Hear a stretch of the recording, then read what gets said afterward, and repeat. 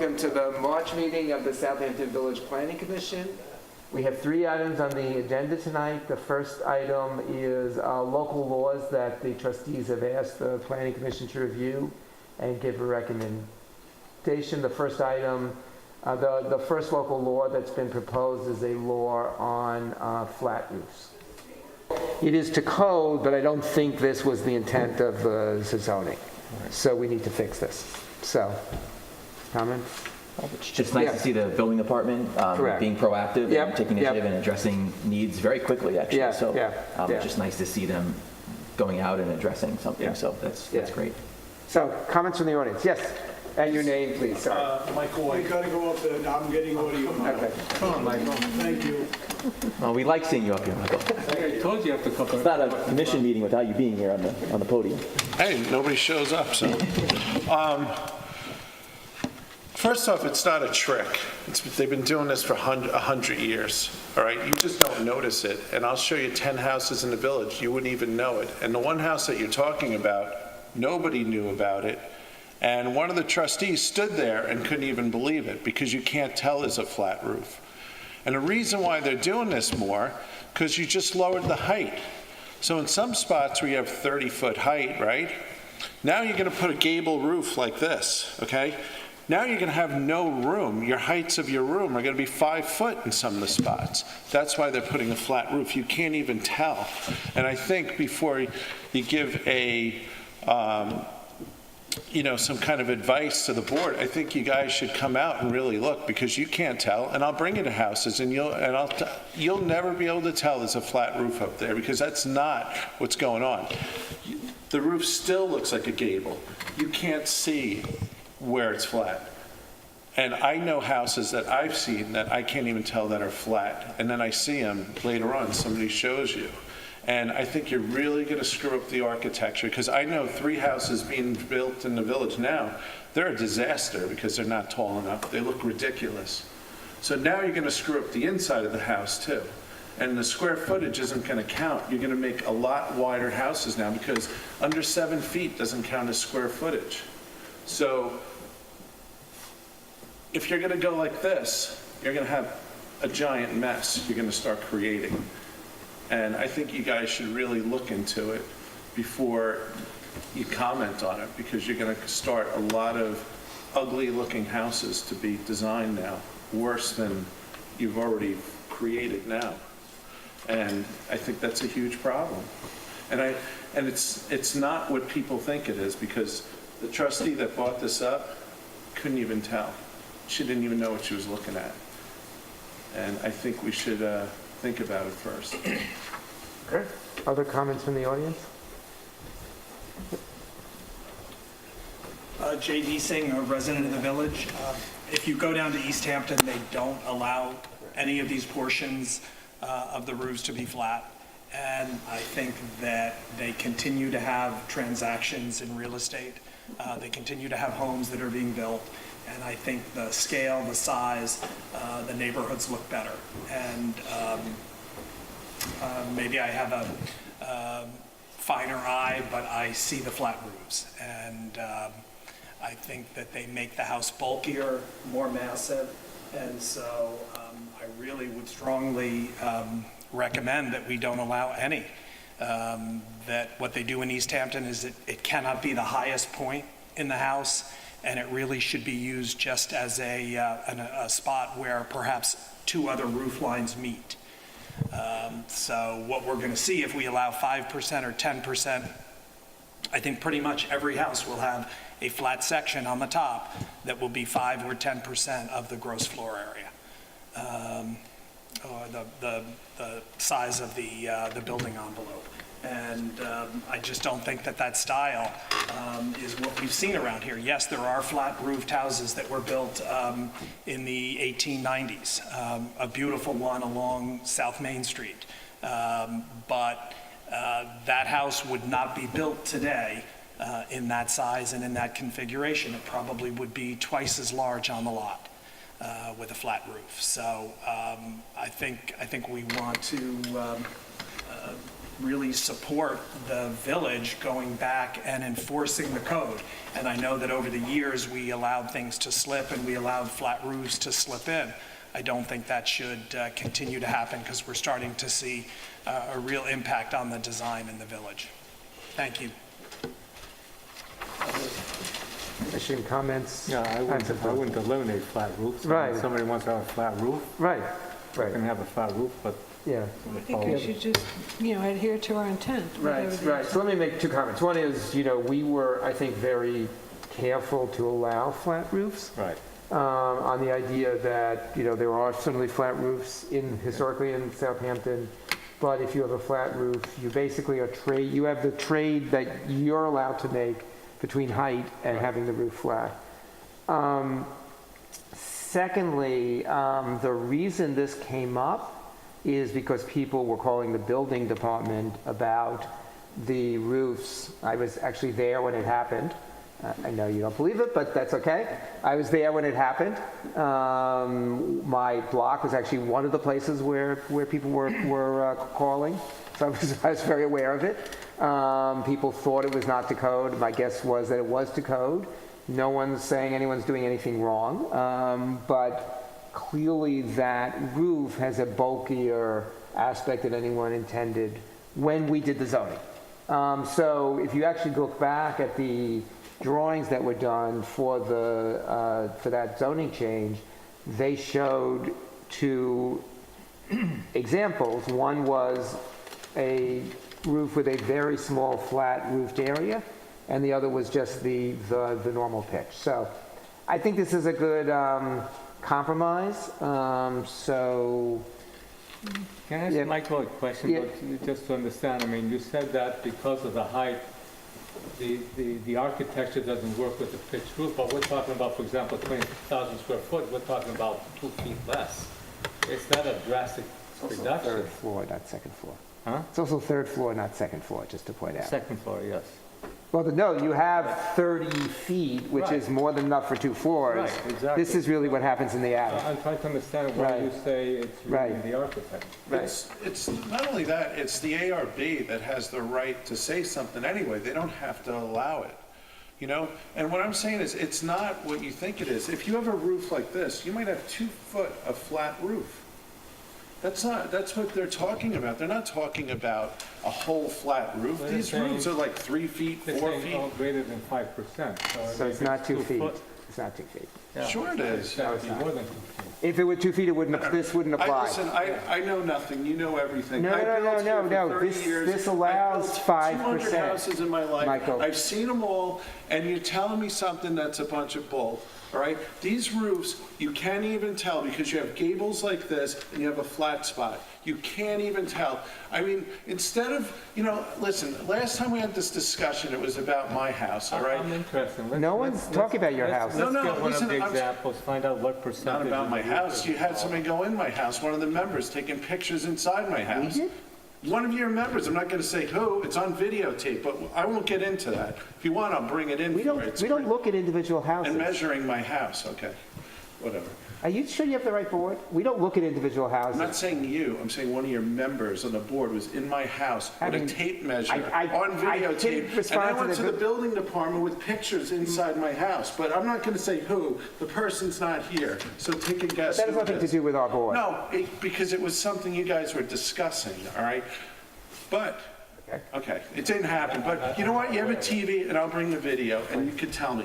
But anyway, last time we got to the 30 feet, all right? Right. If you want a bunch of squatty houses, this is what you're gonna create. And what I'm saying is, just take a look at some of these houses. You're not even gonna be able to Do you tell. have them. addresses, Michael, that you could furnish us? Huh? Do you have addresses of your examples Sure. that you could furnish us? Yeah, I mean, I So that just, we Corner could of drive Captain's by? Neck. Well, could you write them so that Sure. we could see them? Absolutely. Okay. I was just suggesting to see one of these houses, whether they're more or less than 5% of the. They're more. That's the whole point, they're more. So we'll, we'll see how. Right. But But let's just be clear, we're not talking about people who have 2 feet of flat roof. No. Because they would be fine under this Yeah, I think provision. so too. This is for people who have done a much larger flat roof. Probably have And 4 or therefore, 5 that, feet. yeah, and therefore the They're making a house, deck out of it. therefore the roof area looks much bigger. No. Because in your example, where someone's 2 feet, they would be fine. Yeah, They would be totally because we're fine. allowing 5%. But you wouldn't be able to tell if it was 2 or 5, that's the point. Well, it's not that we tell, it's that the building department needs rules to apply. So what we're suggesting is, as long as it's within, and If it's 5 feet. And the point before is right. Other towns have decided not to allow flat, basically you need either flat or pitched. You can't do what some people are calling a hybrid roof. Who doesn't let it? Tell me. East Hampton, for example. It doesn't? Yeah. So what we've provided here, East Hampton Town doesn't let you do it. Village. So what we've provided here is, because we understand we have a different context in East Hampton Village, is you can do up to 5%. What we're saying, or what the building department has asked us to do, and what the village attorney has asked us to do, is close what we believe is a loophole, given what we had intended to do, which is to allow people either to do pitched roofs or flat roofs, and not to try to do what is the building department is calling a hybrid roof, which is a greater than 5% being flat. So if you want to do a piece that's flat, that's fine. Right. We're just saying it has to be 5% of the roof. We're not eliminating it, we're not stopping it, we're just saying it has to be within bounds, which we think is consistent with the intent of the zoning, which is why this came up. And again, I can't, I'm not saying you're wrong or right. I will tell you my own knowledge, because I was there were calls to the building department about some of these houses. The building department went out and told the neighbors, this is to code. We can't, we're not going to do anything about it. It is to code. But we agree it isn't providing the result that everyone thought it was going to provide. And I'm sure there are other houses But what are where you you're trying- right. what are you There are trying other to do? houses where you're right, I'm sure, where the roof has a partial flat and you could never tell. But these you can tell. What are you trying to accomplish? To bring back the intent of the zoning, which was that you don't have these, what really look like swollen roofs. You don't want a boxy house Right. that's 30 foot high. Right. You don't want a box that's 30 foot high. But do you want a house that looks like this? No, That's what you have. these are not every example. So 90% of the houses being built in the village do not have this case. This is a few isolated cases where there's been a reaction by the neighbors, by the building department and others, that this was not what was intended. This is not 90% of the houses. So 90% of the houses are being built with pitched roofs and dormers and other things. These are not. So that's what this is trying to, it's not trying to solve 90%, it's trying to solve a very few examples. Probably less than 10%. Well, Just I know of 3 houses this is the case. So I this know is about this 30 is that's the case. Mike, a couple of quick Right, things. right.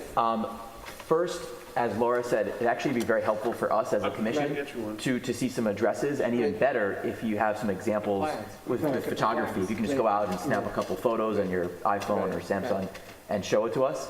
Right. As I say, a picture is worth 1,000 words.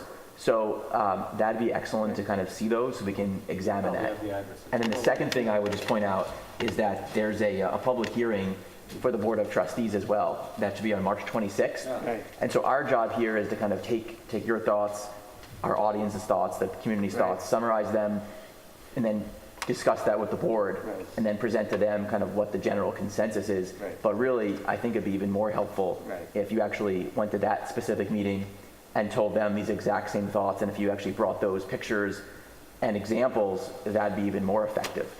So our job is essentially kind of take your thoughts and use them as, one of the data points that we're getting here as a commission, Right. and then present that. So I think, Right. like Laura said, that would be the most helpful thing. We want to listen to you. That's why I asked you to come up again, because we want to understand what you're Well, concerned with. basically, there's another house on Bellows Terrace. You could see from Bellows Pond or Bellows Road over there. You could see from Hampton Road. They're building, it's a new house. And with the lower roof line, the house looks a little crazy because it looks like a little house now. It looks like a very low, doesn't look like it was supposed to be made. And it was Okay, but just to be clear, this is a case, just so everyone in the audience understands, where someone's trying to get habitable space on a third floor. Yes, it is. That's not why they do it. Well, that's the only reason you would do it, because you Why? already have 30 feet of height before you're pitching. Plus underground. Right, so the only reason you need the bigger height is because you want to occupy the third floor. How do you figure that? How would you occupy the third floor? If you Well, have 10 feet and 10 feet, and you have a foot in between and a foot on the bottom, what are you gonna have, a 6-foot attic? You can't live in there. You can't get a third floor with 30 feet. I'm not saying you can get a third floor with 30 feet, that's not the point. People are getting more than 30 feet. They're not doing it for that reason, Right. believe me. They're doing it, when you see these houses, just picture a flat spot, like a gable roof, a flat spot, and the front of it goes up, and you don't see the flat. The only reason they're doing it is so they could have a better pitch, a higher pitch, so that your house, they don't do it for floor. I don't know anybody building in their attic. I really don't. I haven't built in an attic. I'm not saying you did. ever. I've never heard of it. You did. I never heard of it. I mean, people aren't doing it for that reason. On my block they are, but I guess maybe not anywhere else. Okay. Any other comments? Thoughts? Okay. I'm okay. So Ready to move on. we're going to respond to the trustees. We'll talk about what we talked about in the audience comments. Okay. Second one is, again, I think fairly straightforward. So this is, we're trying to, in this case, try to make the process less burdensome, I guess is the right way to put it. Let me actually, I want to go through the, this is wireless facilities. So this is the ability. You skip it. I know, let me skip it and get to the third, because the third I think is the most complicated of these. This hopefully is fairly simple. So this is the ability of the village basically to have wireless equipment on the roof, and to do it without going through a very arduous public process. So it's just both of the boards that have looked at these have asked that this not come to them. It's really a waste of time. So this is just to make sure that as long as they keep within certain constraints, that they don't have to go to the ARB or the Z or the zoning board. So questions, comments, thoughts? Eliminate the wireless altogether. Right, well, I don't think that's happening in our life. Unfortunately, as the case may be. Any comments, thoughts from the audience? Okay, are we okay to forward this to the trustees? Okay, third. So this is, I would think, the most complicated, and this is, so basically the way it works now is you're not allowed to put an accessory building on a front yard. Period. That's very clear in the code. What the building department has come back, and I should say at the beginning, this is something the building department feels strongly about. The boards don't necessarily agree, i.e. the boards that have been looking at this don't necessarily think this needs to be in the code, but the building department does feel strongly. So this would provide, in two cases, you could put accessory structures in the front yard. The first case is a waterfront lot. So the issue on a waterfront lot is, I think anyone can imagine, is you have, for example, and this has been most prevalent on Meadow Lane, where you have houses that were, so when C-Mac Sammy was chair of the Planning Commission, there was a major reform of the zoning code to allow houses to be built on the north side of Meadow Lane. Just guidelines. Right, guidelines that allowed houses, and we've seen a number of houses built on that side of the street. And there is no backyard in effect because it's basically built on the edge of wetlands.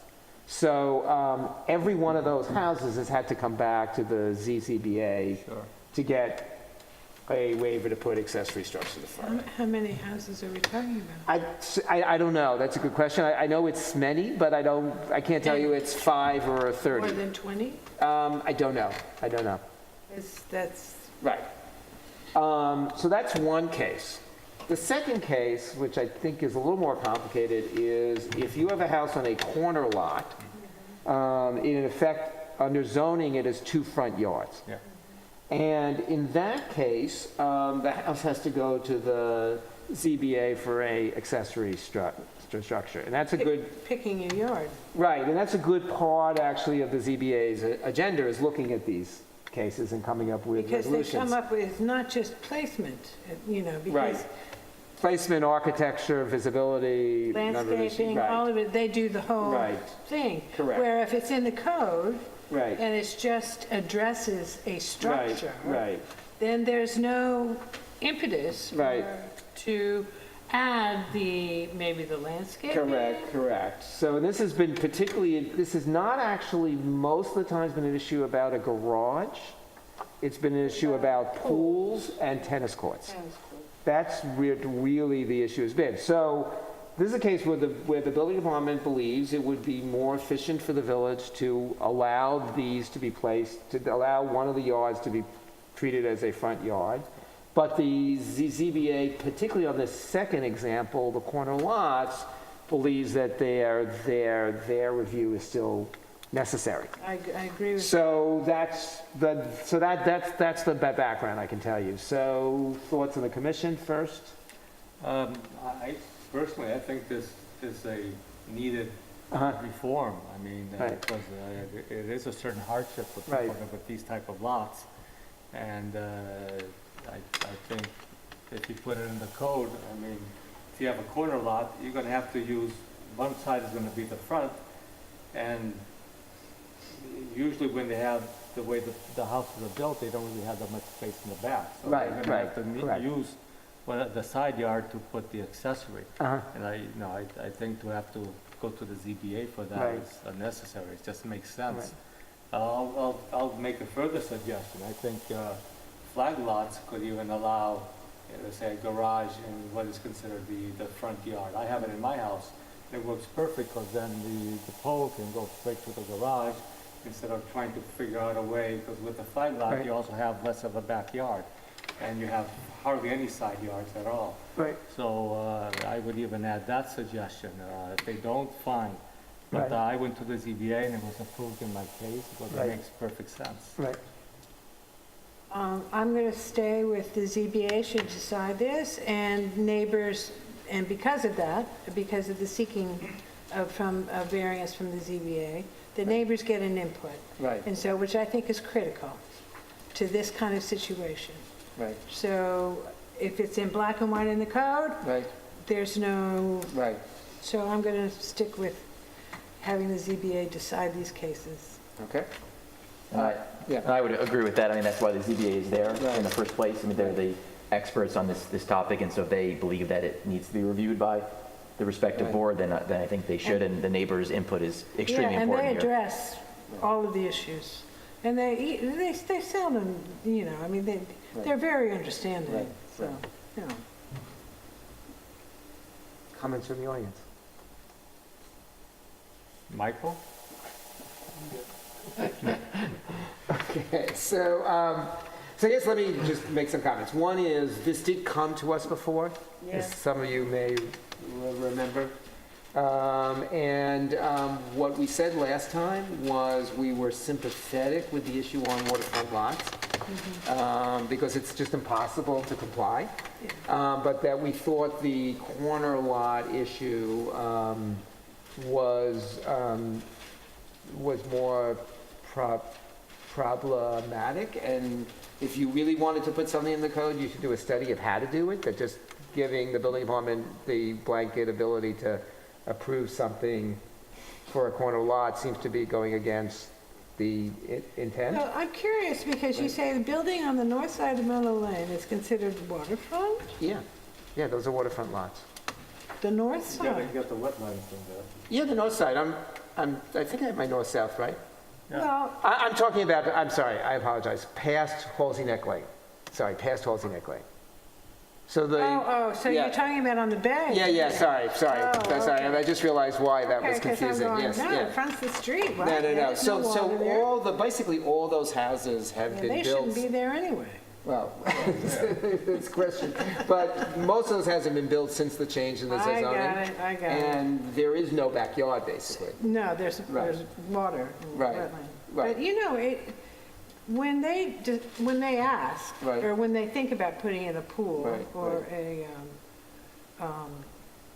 tennis court, is the code now that they have to build up off the ground? That's not an easy question to answer. It depends where it is. Yes, the pool yeah. has to be. Right. I don't think the tennis Because, court has to be. if you're talking about a I think the tennis wetland, court, the theory is it can flood and it doesn't matter. well, but the thing Right. is wetlands just don't all of a sudden stop at a foundation. I mean, Right. if there's, I see the bays at various tides. Right. Well, so the idea here is they're not being built on the wetlands, on the side that's flooding, they're being built in front of the Well, do house. they have to go through some environmental Yep, first? yep, For the yep. Oh, yeah, yeah. pool This- and the tennis Yeah, the court? zoning requires. That requires it. Lot of Okay, it, and so yeah. if it is still considered wet, then this provision, they couldn't do it anyway. Right, so I think the issue here, just to try to explain it, is that they're forced to the front because they Well, can't no, get I understand that they can't part. get a permit to put it in the back. When they're forced to the front, they have no Yeah, choice. But don't they have to build up now? Well, generally you have to, generally what's been happening on the north side of Meadow Lane is people have been building to use a non-technical term, on stilts. Yeah, So the house is basically raised above. for insurance purposes, if for nothing else. Well, it's also FEMA code. Yeah, FEMA, right. So I think Eduardo's right. The tennis court can be at grade, but the pool has to be raised. Has to be On up. the back. Right, right. Yeah, Henny Hendon, okay. You don't know that? I don't know Henny that Hendon's the best pools that are built, Okay. on stilts. Okay, all right, but, okay, Okay. I understand. Any And other you're comments? talking about a specific geographic part of the village. Well, why don't I send everyone a map of what's considered waterfront lots? It's also obviously on the lake. Okay, There's lots on the lake where you can't build in the back, same issue. okay, okay. Some very small lots where you're otherwise in the wetlands. Okay? All right, thank you. So, second, just want to check in and make sure, this is probably mostly for the board, although happy to take comments from the audience. So, everyone knows we issued a request for qualifications for teams for the hospital. Master plan, there's been a subcommittee working on that, which includes representatives of the hospital, citizens of the village, citizens who live around the hospital, and members of other boards.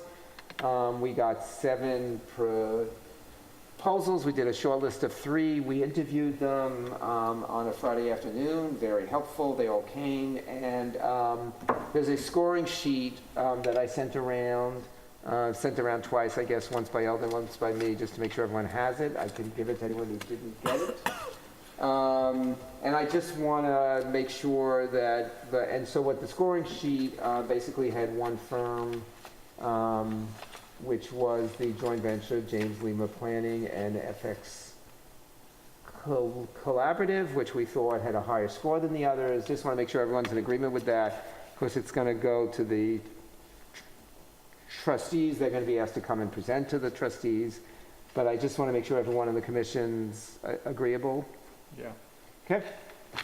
I thought they were all good. I thought Right. James Ling was great, and so I'm happy that they're going to go in front of the board. Right. Is he the local guy?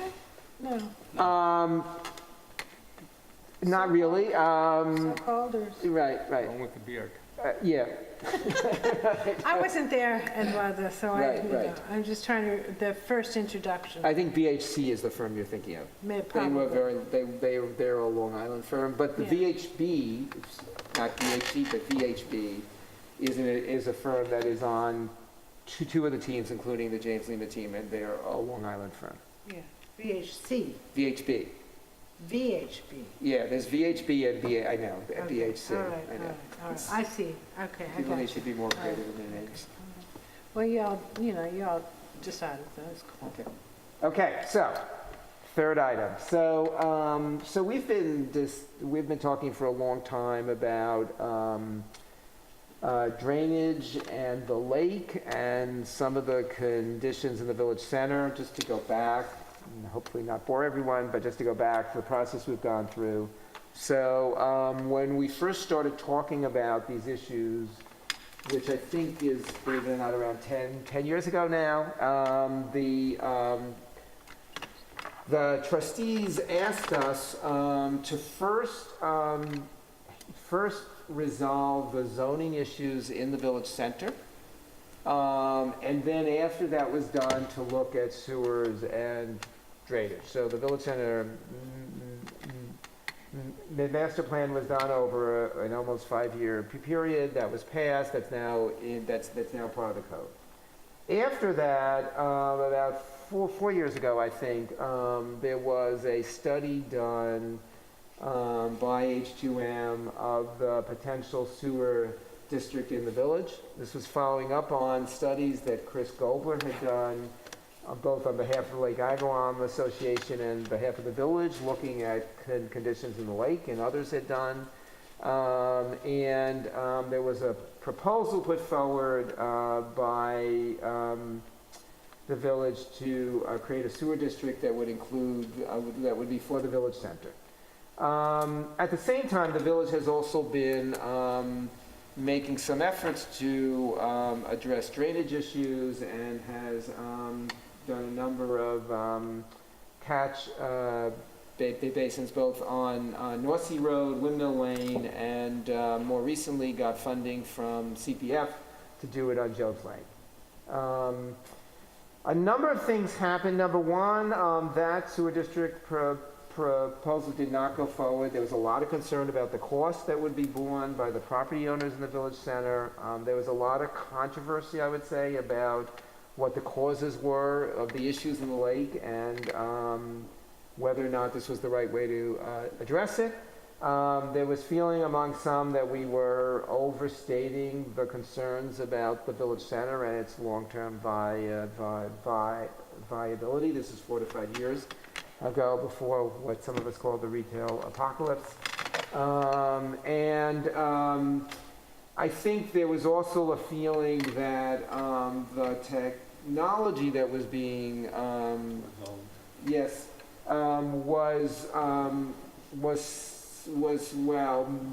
mainstream was that there was a lot of new technology being considered, and it would make more sense to wait.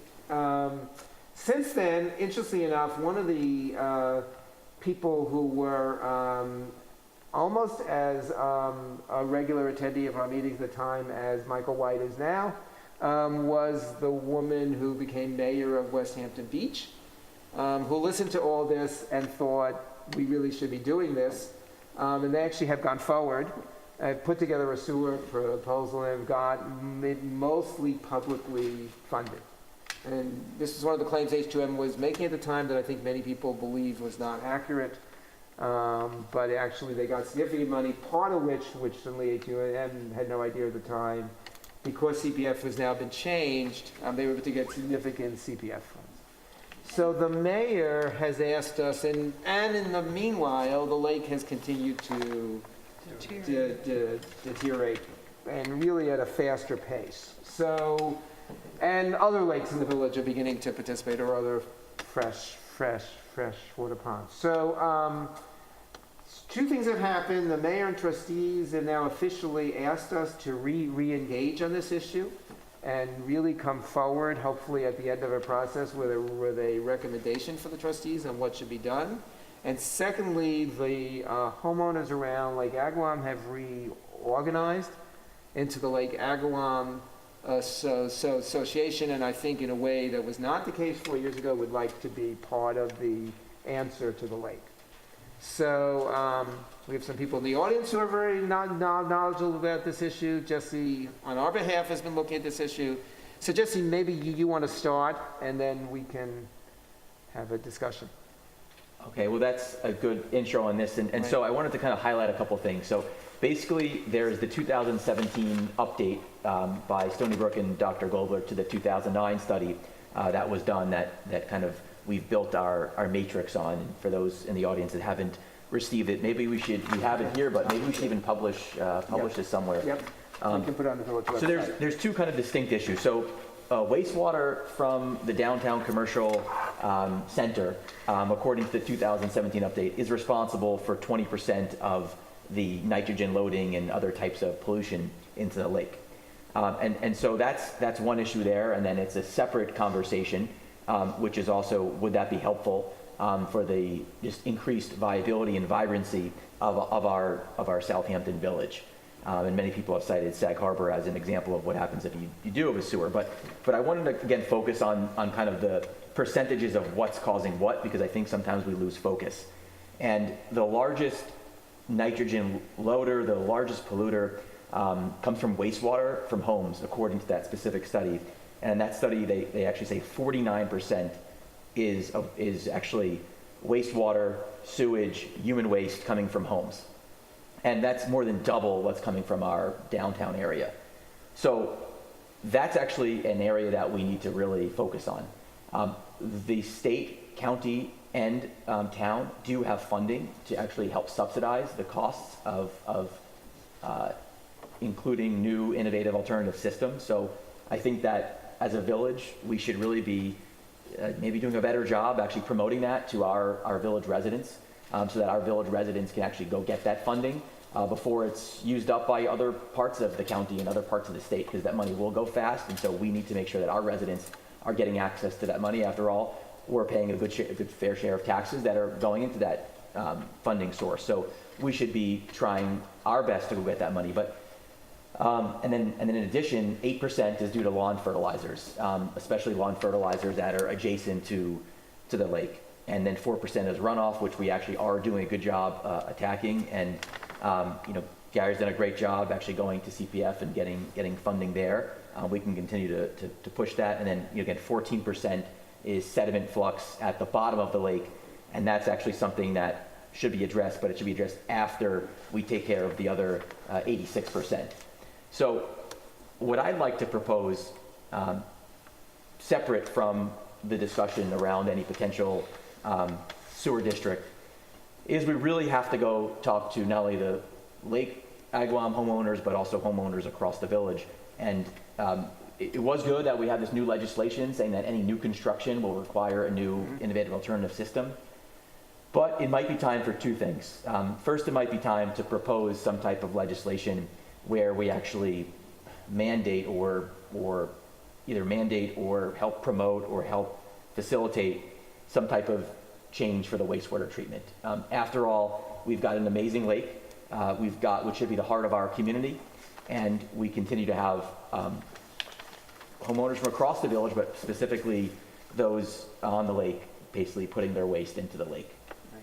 It's really that simple. And so what we need to do is we also, as a village and a commission and boards, we need to reach out to those homeowners, and we need to kind of get them all in a room, and we need to kind of do some education and discussions about what the cause of that is and how to prevent it. So that's a big thing. And then what I think is an easy thing to do, 8%, which is twice as much as the runoff, which we are spending village money and CPF money on, is the lawn fertilizers. And so we're using very, very chemical-heavy lawn fertilizers that are loaded with nitrates and loaded with phosphates, and that's going right into the lake.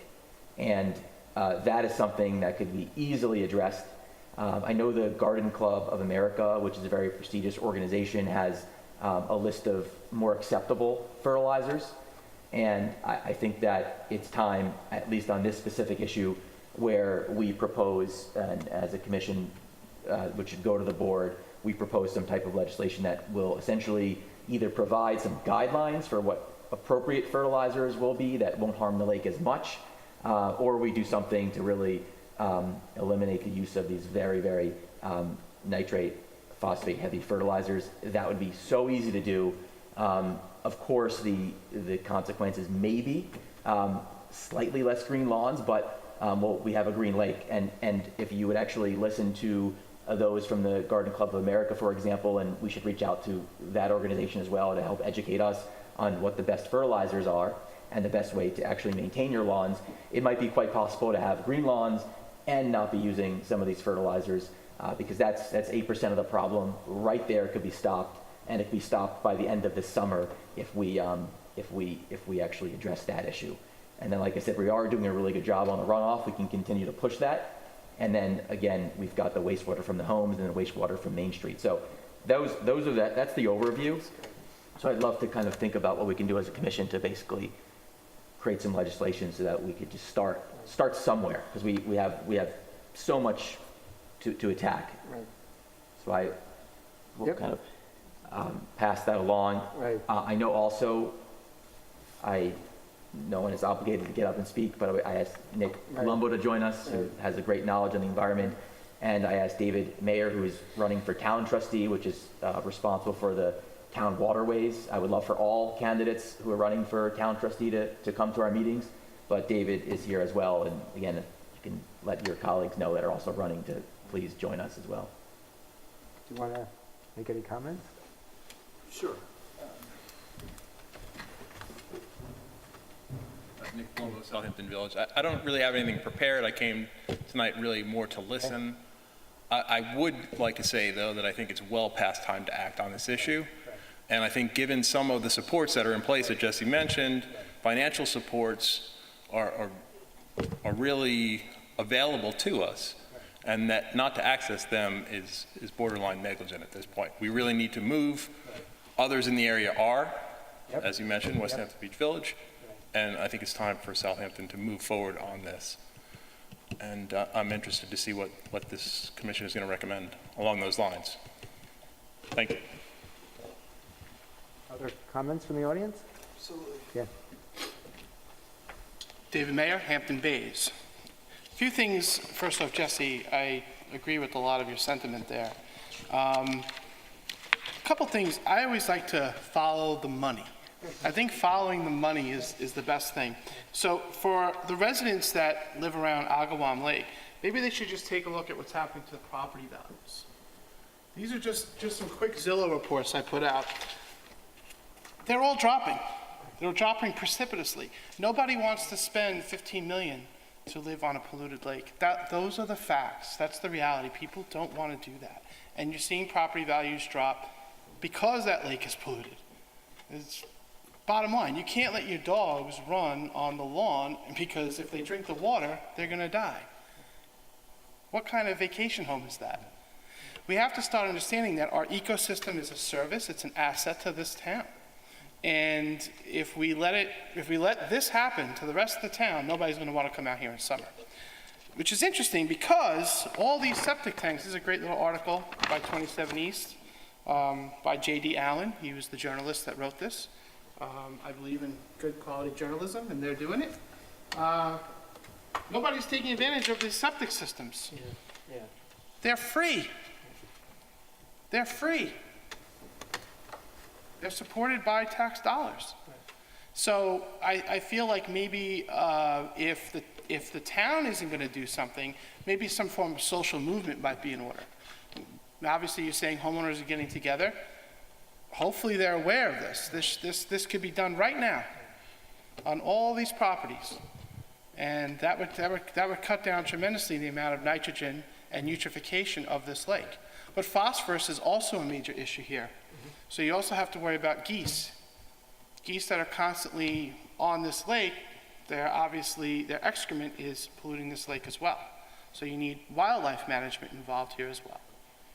It's a multi-pronged issue. It shouldn't just be, as of right now, the way I see it, especially after listening to Jesse speak, this is an issue that homeowners can take into their own hands. You don't even need government at this point because there's septic solutions already in place that are subsidized by tax dollars. The issue here is not just a remedy. Okay. The issue also is revitalization Yes, of course. of the downtown, and they mesh. 100%. You have to, in order to revitalize, you have to stop the pollution from going into the lake in the Well, first you place. can't have any wet uses right now in the downtown area. Because there's no sewer. Correct. So, yeah, it's one thing, and I believe it's multi-pronged. I agree with you. But the village needs to have more restaurants, more nightlife, and that's more than just curing Lake Agawam, though that's a big part of it. But it's how you cure it, and I think a sewer system is necessary. Oh, there's no doubt that a sewer system is necessary in my mind. But I mean, But- rather than an enhanced sewage system on each property, a village system. Well, understand that, I'm a firm believer in science. And the science is showing that the majority of the pollution are coming from the homeowners, not from runoff. And so this is a great step. It doesn't cost the homeowner a thing. I mean, we're talking about some of the wealthiest people in the world. It doesn't cost the homeowner a thing to put an advanced septic system on their property. No, I totally agree with you, but I Right, mean. so that's a good start, and it doesn't require the village to do a That's darn Plan thing. A. I mean, they like all go together, I think. I mean, I think, obviously, we need to upgrade the older septic systems that are on a majority of properties. Absolutely. And they're free, you say, so. They're covered by tax The dollars. homeowner needs to take that under their belt and apply for the money and do that. But for the revitalization of the village center, for more wet use, more revitalization, more traffic, more stuff, we need a sewer. Agreed. Okay. Yeah, Right, I think those are, I mean, Jesse's point is they're both parts and they're not Yes, they necessarily the are. same. They're both parts of the So- same thing. So I guess the first thing, just picking up on what you both have talked about, so the 49% or whatever, the 99 nitrogen that's being caused by houses, I think, we've known this for a long time. The homeowners in Lake Agawam have been, some have, but very few, have addressed this issue. I think we are at a point, working with them hopefully, we have to consider whether we put a clock in effect on it. Like, you have to address this, there's public funds right now, but you have to address this at some point because, if 5 homeowners decide not to do it, the 20 that have, you still are not solving the problem. So, I have a question. yeah. Okay, when you talk about this 49%, I think you have to look at this geographically as well, Right. because somebody who's 10 miles away from here is not polluting Lake Agawam. They are. It takes about 40 From years from Mount? the middle of the island to get into your base. It takes Into- about 40 into years Lake to go through the ground, all aquifer, septic systems in this Yeah. area.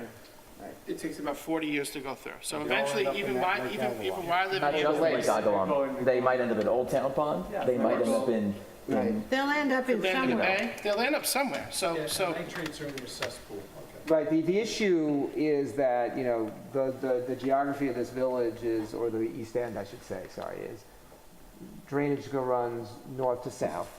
We are at the south end of a lot of drainage.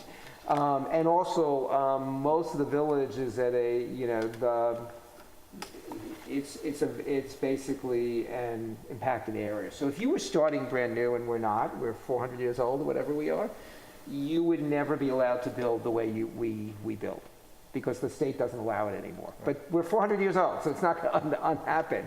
So the question really is now, how do you do it? I agree with you, though, in your point, which is, while it's true that someone on Old Town Lane may eventually impact both Old Town Pond and Lake Agawam, the first issue, it seems to me, is, and I think that's where Jesse was going, was we know for certain that the houses, say, between South Main and First Neck are having a direct, immediate impact on the lake. And, we've known this for a while. They've known this for a while. A few homeowners have addressed it, but most haven't.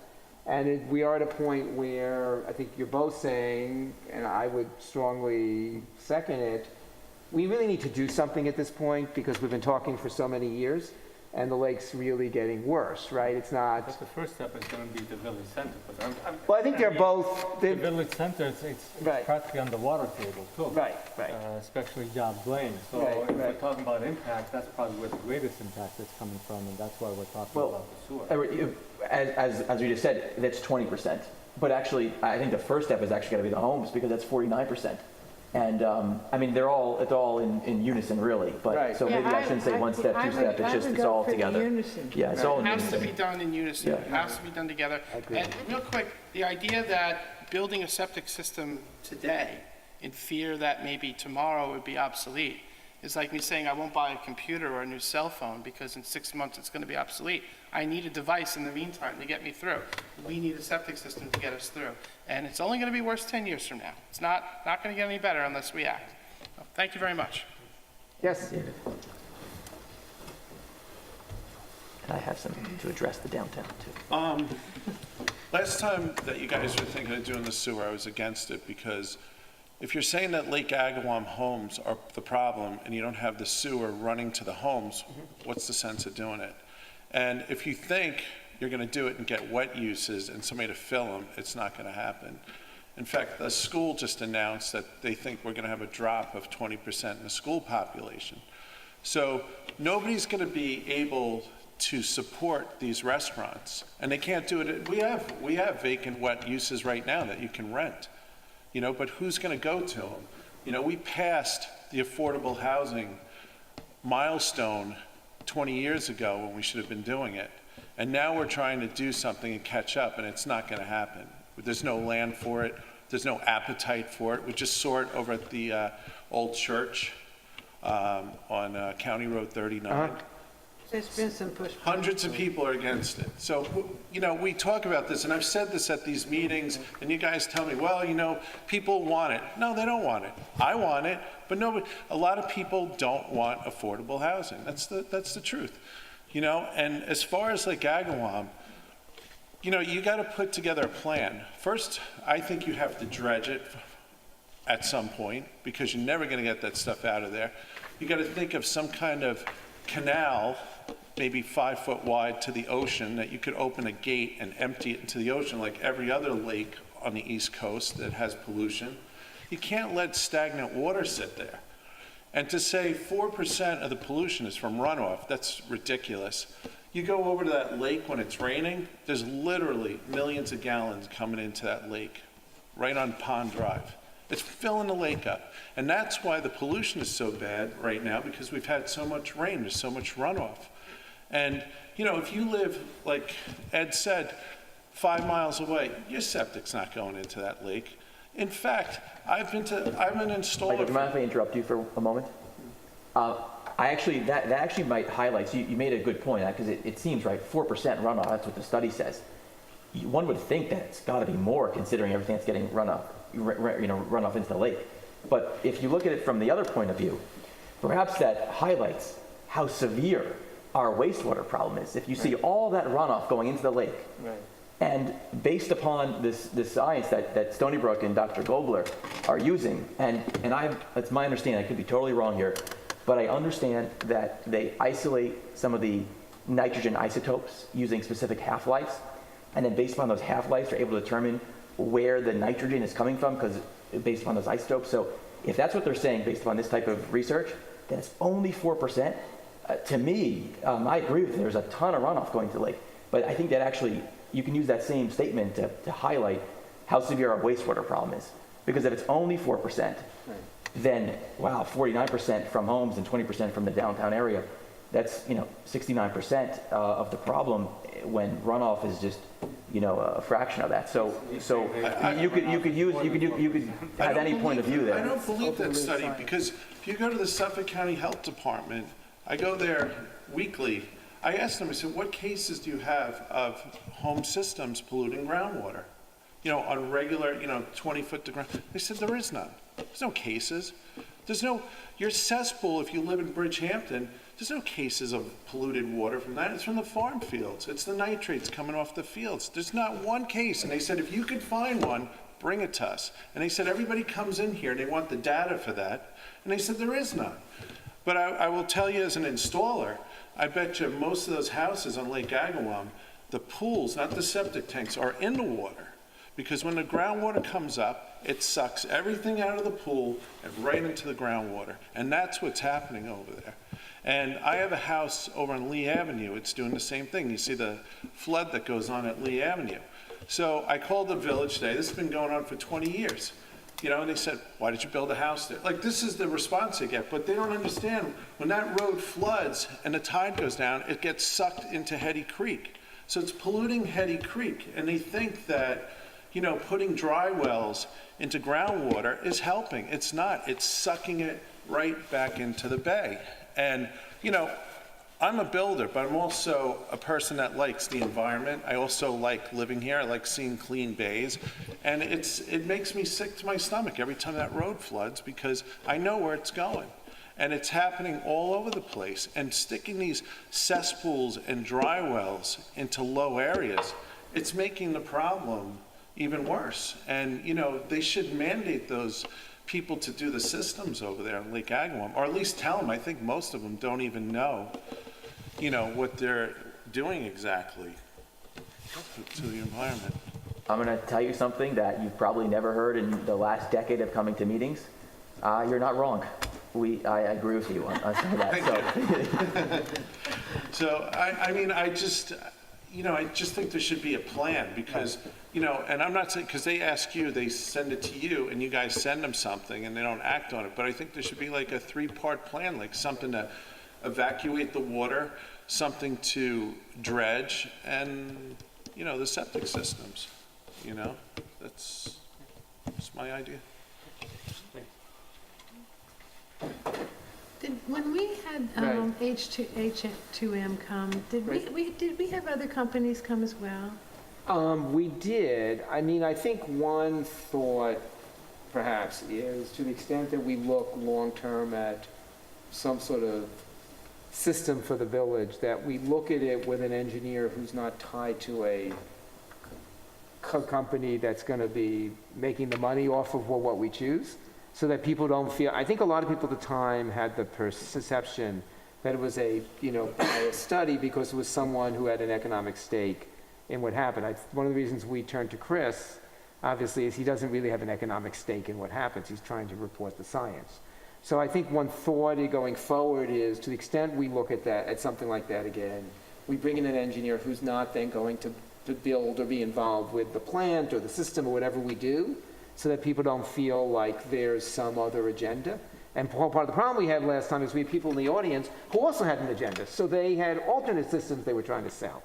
So I felt sometimes like I was in the rug bazaar in Istanbul and everyone's pitching how their rug is better than the other rug. So I think this time we really need to, if to the extent we look at that, to bring in... Who's doing West Hampton Beaches? I don't know, actually. It might be interesting to know. Yeah. Yeah. Yeah, I don't usually comment, but You're allowed. Sure you're recording yourself? You sure you're recording yourself? absolutely. I hear all of these comments on how to reduce the amount of contamination going into Lake Agawam, but I think it was just hit on by the last speaker that unless you have a means of flushing the lake, no matter what you do, you're never going to get 100% elimination of the contamination. So the only way to really make the water that's in the lake a bit better is by having some means of flushing the water like they do with some of the other bodies of water by opening up to the ocean and things like that. I don't know if that's the specific answer to it, but my understanding is that Lake Agawam is actually at a level higher than the ocean itself, so it would be a little problematic to get it, I mean, or is it the opposite way? Whatever it is, that problematic that it won't flush out. Now, there has been talk not too long ago about a pipe that's connected from Lake Agawam to the ocean. But I think there's a little misconception about that. People think that that pipe is in there for the purpose of doing the flushing, but it's not. It's only there and it's only opened up when the lake levels gets to a certain level to alleviate the flooding that the lake might cause. But it's not flushing the lake whatsoever. So from my point of view, no matter what you do, no matter how much you reduce the contamination, unless you also add to that a means of flushing the water that's currently in there, and I think it was again hit on by the last speaker, you got to do something about dredging the bottom. There's 5 foot of sediment in the bottom of the lake.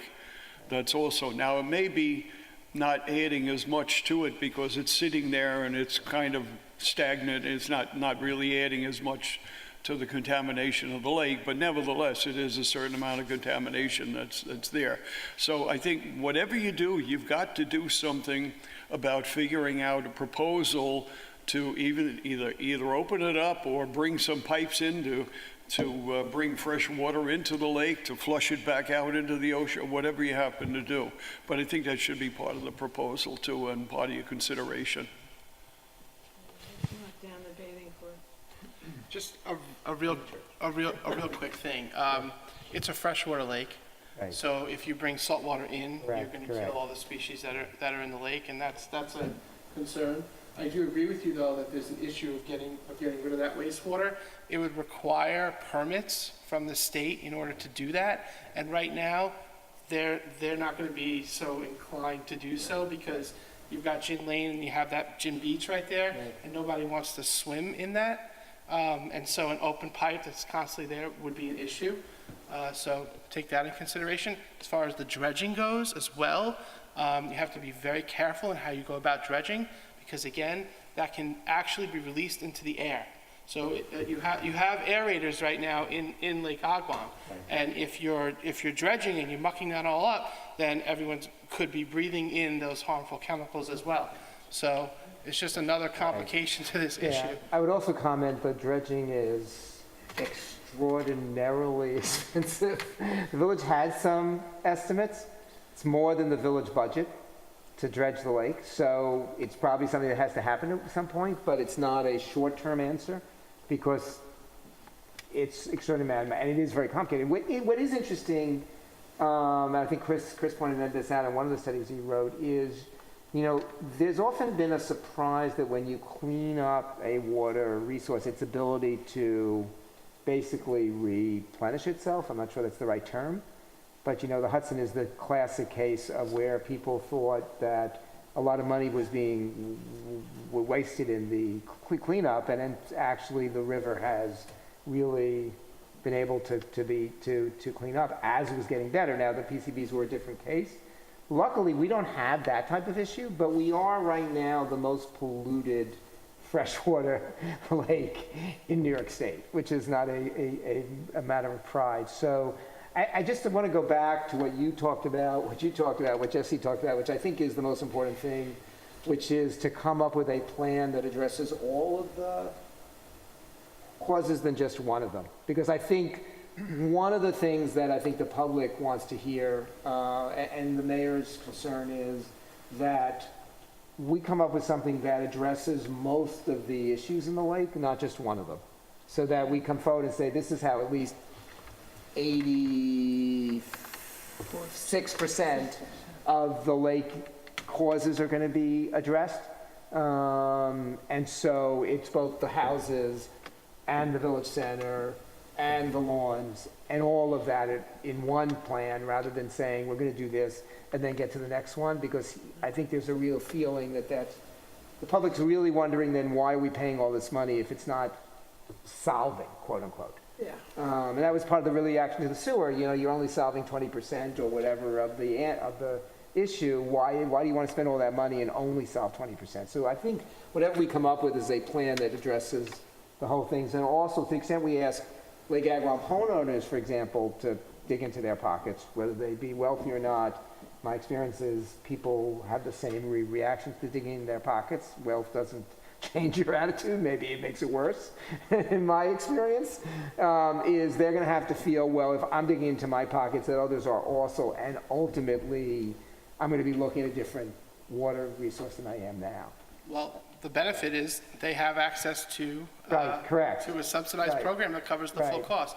And Mike, just to bounce off something that you had said earlier, why are there no studies showing that the aquifers aren't polluted by the septic tanks? Just understand, it's a very far way for that to travel, and by the time that water gets down there, it's been filtered.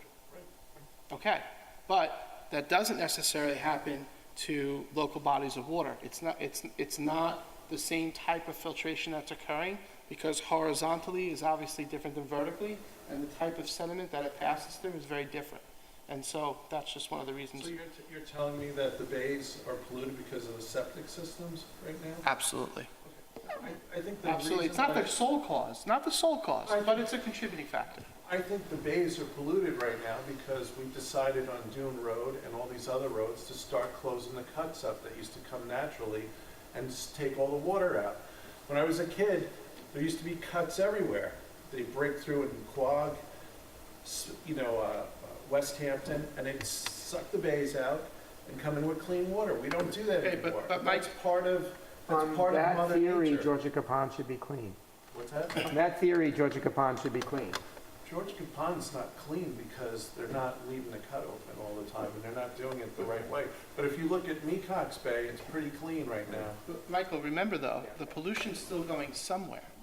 It's not like the ocean's coming in and getting rid of the pollution. That pollution then goes into the ocean. So it's not like it's not going anywhere. It still exists. I understand. Yes, it's great for the local area, but we still have to be mindful of the ocean itself. I know, but in Southampton, New York, we Used to can't have clean lots the of whole wetlands. ocean right now. They And we were have a great problem filters. with our water that has to be cleaned out. And I think Mother Nature dilutes our water and takes care of it. And I think we think too much as human beings, thinking we can control the climate, the weather, and everything else in the world. And I think we should really just leave Mother Nature alone. Let her do the breaks on Dune Road. Let her stopping Mother Nature from working. I And do that's- agree with you on the cuts. I do agree with you there. All right, gentlemen, Let's focus Can we- back. can Right, we- yes, yeah. I don't know if we have time today, Right. but maybe for our April meeting. Right. We can pivot to discuss, because obviously we spoke about, the downtown area. right. And trying to bring some vibrancy to the Right. downtown area. And so one thing that I think we should do, and it kind of got me thinking, when we had these great planning firms and architecture firms come in to discuss the hospital, I couldn't help but say to myself, these are some pretty talented people and some pretty talented firms. Perhaps they could also help us with a master plan or help us figure out, what do we need to do in order to bring some Wait a vibrancy. second, we have a master plan. And so that was my I have next to be point. very strong on this. That was my next We point. have a master plan, we spent years on it. Yes. We went through a tremendous process in the village to come to it, we got 1 million awards for it. We have a master plan. The issue now is that that master plan says very clearly as you can be, that, and there's plenty of backup for it, whether people like it or not. Unless you address having residential units in the village and more wet uses in the village, you can improve the village, but you ultimately can't solve the things that have made this village center suffer and are obviously, accelerating over the years. So we spent a lot of time, as a lot of notes on that. What I think we need to look at is what is the best way of doing that. And, there's been a lot of changes in technology since then, and that's what I think our focus should be in the village center. Not opening up again what was a very long and arduous We have process. So yeah, we don't need to open up. Right. I'm saying we have the Right, plan. I mean, right. that's We have can, it. and I agree So with we you. should revisit We it. should Yeah. revisit and talk about what it proposed, because the whole process we went through was, let's do the zoning first, because some people in the village were very worried that if we put a sewer, and correctly so, if you put a sewer in, you'd suddenly get high-rise buildings in the village and big hotels and other things would suddenly be possible that they didn't want. So we went through that process. Keep the Right, so the question, but the problem is that you can use a plan to mandate architecture and shared parking and other things. What you can't do is solve the hole the Department of Health has in the village right now. Anyway, could you, maybe, can we ask for you to organize for the next meeting sort of a workshop and figure out who should be there and sort of go through? And maybe we can get someone from Exeter to talk about the plan as a part of that they came up with. I think it'd be really helpful to now sort of go through all that. Maybe bring people in from the Lake Agawam Association and begin to come up with how we work towards a list of recommendations for the trustees. Well, we might also invite the mayor of West Hampton Beach. Correct. I think it's a really good, yeah, I think it's a really good idea. The homes around Lake Agawam, could they also be connected to a main source? That's a question. I think, there's at least two options. One is, there has been a lot of work on alternate Same systems. with the Southampton Hotel and... Right. So, you can obviously extend a sewer district south. Or it may be more economic to, and particularly given the funding that's available for that, to have them put in the alternate systems that are now available. When you talk about the funding, does that just cover the cost of the system, also all the labor to dig up and all that? From what I read in that article, what's right there available for you, the whole thing's covered. All the I don't, labor as well? I don't know about, I believe, $1,000. I believe it's up to 25,000. Yeah, It might be there's on a the limit on it. installation. But one other thing I think we could do is, I don't know how this really Right. works, but if we do have someone that can help us, Right. who's in the village. Yep. It'd be nice to have someone do a bit of research and serve as a facilitator. So Yep. someone could actually call up the village and we could actually help them or help him Right, or her yeah, figure out, yeah. how do you get that money? What are the steps? Because Right.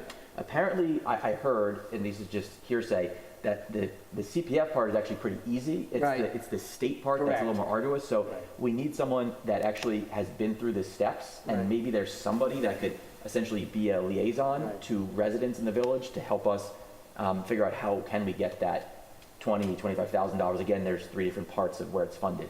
So So that should be. And that's a limited That should be amount. That available goes at the away, building as you department, mentioned. all of That does go away at some It point? will be going away soon. Right, right. At the rate It's a set that, amount of money.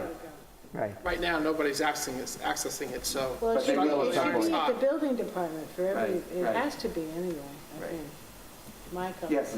There, all you have to do is go to Southampton Town. I'm a licensed installer. They put 1 million of these systems in. It's very simple to do. You go there, they'll get you the CPF, then you go to the county, and I think there's a state grant. But there's a limit on income to get some of the grants. So there already is one. You don't have to get a liaison. You just go there. It's simple. And the other thing, I think, there's a lot of meetings about, a lot of talk goes on in this village and not a lot of action. And I think the simplest thing is send a registered letter to all the people that live on Lake Agawam with all the information, where to go in the town to get these septic systems. And I think they'd be very interested. People that live in this village, they don't know what's going on.